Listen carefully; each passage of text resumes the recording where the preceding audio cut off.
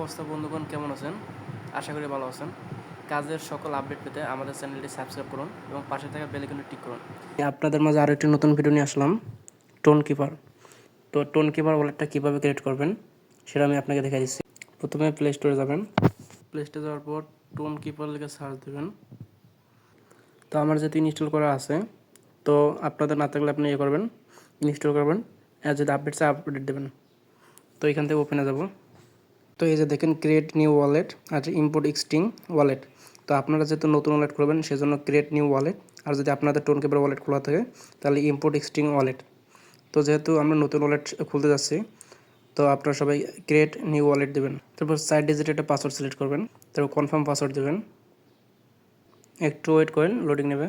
তো এই যে আপনাদের কাঙ্ক্ষিত ওয়ালেট ক্রিয়েট হয়ে গেছে। তো মনে করুন আপনার ওয়ালেটটা ডিলিট হয়ে গেছে, আপনার ফোন থেকে আনইনস্টল হয়ে গেছে। তো আপনারা কীভাবে খুঁজে পাবেন ওয়ালেটটা? সেজন্য আপনাদের দেখেন এই জায়গায় আছে ব্যাকআপ দ্য ওয়ালেট।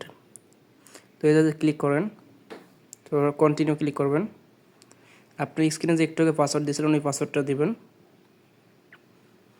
তারপর এই যে আপনাদের এই যে এইগুলো যে দিছে, এই 24টা ওয়ার্ড যে দিছে, এগুলো আপনি একটা স্ক্রিনশট মেরে নেবেন। মেরে নেওয়ার পর আপনি অন্যান্য জায়গায় রেখে দেবেন।